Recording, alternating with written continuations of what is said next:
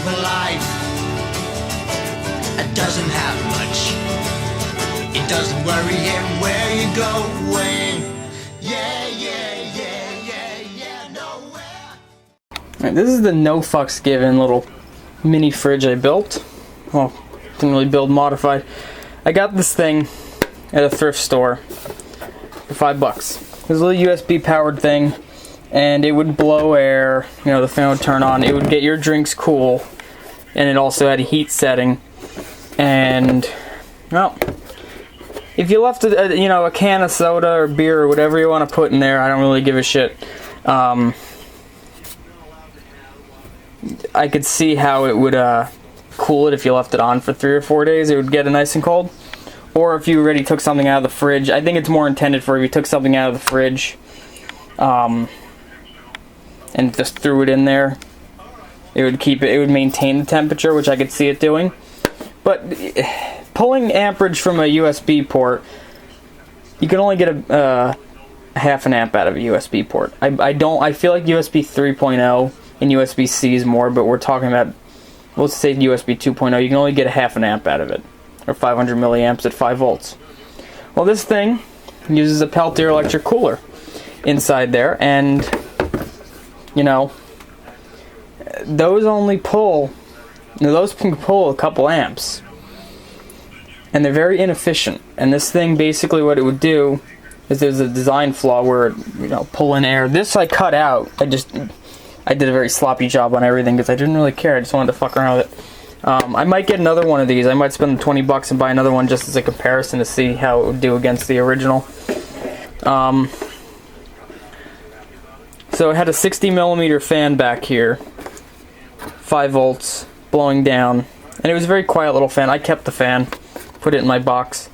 It's 5 volts. I don't really have many 5 volts fans, so figured even if it's a cheap sleeve bearing, you know, generic no-name thing, it'll be fine, you know, for some little project. I'll explain the screw in a minute. And I looked at it, I'm like, okay, I want to run at 12 volts. I need a 60mm fan that runs on 12 volts, which I had. And I went, fuck it, you know what? Let's go all out. Let's make it, put a 70mm in there. You know, overcool it, because a lot of the problem with this thing is a lot of the heat would build up inside here, and this would get warm because this is not insulated. This is the cold plate. And it would heat up a drink. It would heat up the drink. And these things are very inefficient, so it's not like it could remove a little bit of extra heat that seeped through. No, it would basically bottleneck itself. So, first thing I tried to do is I'm like, I can put an 80mm fan in it. So we'll take this, put it right there. And technically, I could have cut the opening here out for an 80mm. I could have taken the Dremel and Dremeled it out. No, I just ripped it apart with wire cutters. And I'm like, oh, well, we can take a Dremel, you know, it'll still mount, it'll just fit, it'll have to be on the back. And I'm like, whatever. I'm like, this is too much work. It's going to be right on the edge. Probably not going to be very strong. And it would have to be mounted externally. So, 80mm fan, which would have been nice because it would have been quieter even if it was running at a high speed. Like this is the one I was going to use. It's a high speed fan, but yeah, whatever. So I picked this thing. I have 2 of these, so I picked one of these. These are little fucking CPU fans from some kind of IBM, I think an IBM cash register or something. I have a couple of these. I'm like, okay, and one of them's already got the plug cut off because I was using it for another project, so I'm like, okay, whatever. We'll use that. And this fan sucks air over, like in the back here, and expels it out the front like a traditional fan. Well, this one will have to be mounted this way, and the original one was mounted this way as well, because it pulls air and blows it across the motor, not away from the motor. So, yes, that is blowing down towards the heatsink. Now, something I forgot when I took it apart and cut it out is that these 2 holes mounted through the fan into the back casing, and then the other 2 screws that held the fan on were driven this way towards me, towards the front of the thing, to hold the fan onto the heatsink. So I'm like, oh shit, I forgot about that, and I cut all the little little holders down. So I made the heatsink. I screwed it back on. Need to make spacers out of plastic tubing to hold the heatsink, and yes, it is slightly crooked, but it's making full contact with the Peltier chip. So this was the original hole I was going to put the wires through, but I realized probably better off I just put it through there. Fan just screwed onto the back.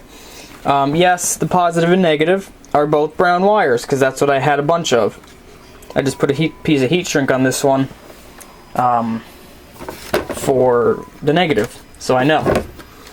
And remember, this is a no fucks given refrigerator kind of thing. Now I'll turn it on.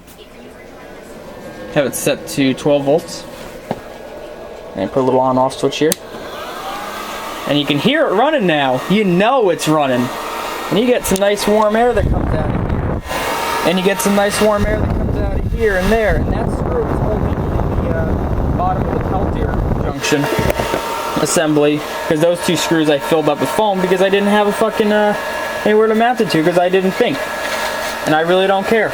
Remember, zero fucks are given about this thing. This does get nice and cold now. It doesn't have a heat function, but that does get cold now. Placed the thermal paste on the on both sides of the Peltier junction with Arctic Silver. Gave it every chance it could to work. Now that gets cold. It's not humid in here, so there's no condensation. That takes a minute to get cold, but it's a very low-powered chip. So I'm thinking maybe I can take it apart and put a bigger chip in it at one point. Don't stick your fingers in there because you will lose them. Those blades are very sharp and they're spinning very quickly, as you can probably hear. Put a little on-off switch, and there you go. Now you can take your whatever you want. Let's say put a little glass of water in there.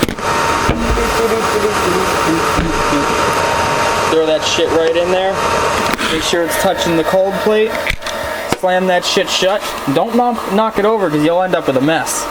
And there you go. Now, it's a cute little gimmick. Has a little magnetic door. It looks cool. If it actually worked, it would be cool. It still barely fucking works, but it works a little better than it did when I got it. There's always a better option. You could put, stuff in your actual refrigerator, and worst case, grab some ice and put some ice in there. Or you can get those little freezy cube things. See, in the second refrigerator, you have these little things. They don't water your drink down, but they keep it nice and cold. What was the point of this? I don't know. I just wanted to do it. I wanted to see what would happen. It makes a whole lot of noise. The air comes out of there a little warm, so I know it's doing something. Oh, and that's what happens if you tip it over and you don't think. You end up with a drippy mess. Whoops. Whatever. No fucks were given about this project. So little fucks were given that Brutus doesn't even care. There he goes. He's just like, nope, I'm done. Boop. Happy the man. He leads a simple life. It doesn't have much. It doesn't worry him where you're going.